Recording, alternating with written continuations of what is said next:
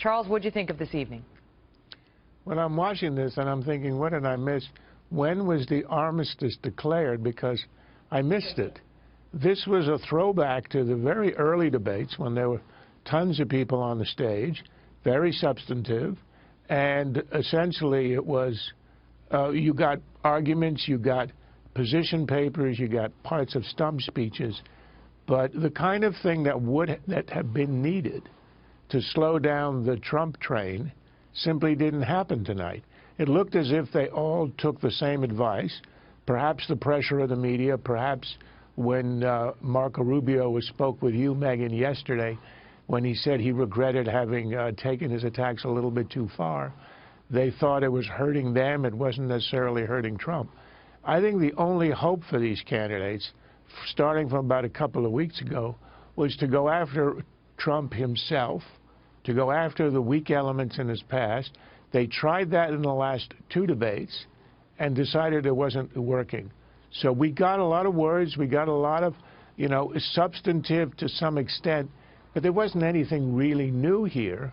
And if you were Cruz, particularly if you were Rubio or Kasich, I think it was an opportunity missed. This is not a turning point. I don't think it's going to be a deflection point in the trajectory of this campaign. Some of these, candidates who would like to steal this nomination away, it's not Trump's really to be stolen, but they'd like to steal his delegates. They'd like to be where he is instead of where they are. It's almost as if they want the media to do their job. It's their job to go after the front runner. It's not up to the media to do it. It's up to them to do it.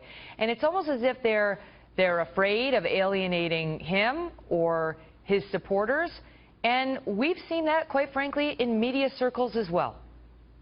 Look, you get the impression watching them that these guys on the stage, the Trump opponents, had run out of bullets. They tried it soft in the early debates, trying to best him on policy, which they do. These guys know their stuff thoroughly. They're very eloquent. They've been in these debates for decades. Trump is new to it. That was very evident in the early debates, but it didn't hurt Trump. So a month ago or so, they decided they're going to try it another way. They're going to go after him, his weaknesses, make it personal, get in there in the trenches, and they concluded, I suspect, from watching tonight, that's not going to work either, so they're now reverting. The problem is that the train is moving. At the beginning of this campaign, it was a reasonable strategy to say, I can do better on substance, I'll try it, and perhaps I'll get ahead, but that didn't work. So I'm not sure what their strategy is. I think Kasich and Rubio particularly were thinking, I got to get my state, I'll stick with where I'm strong. Rubio sort of went back to being inspirational. Kasich relentlessly positive. Cruz was the one who engaged the most, and he's a very good debater, and I think he knows for him it's sort of one-on-one right now, and he tried to best Trump. But Trump's strategy was obvious to everyone, I think. Be laid back, be presidential, don't quite go to the places you went before, and sort of stay in cruise mode. No pun intended. Because if he stays in the mode he is in, where he wins the majority of states, the majority of delegates, he sees himself as ending up on top. Right. For him, it was a great strategy. You say relentlessly positive. Many on Twitter said relentlessly boring. But, the Twitterati will have the final word on everything. Look, if you're a candidate, you can't win for losing.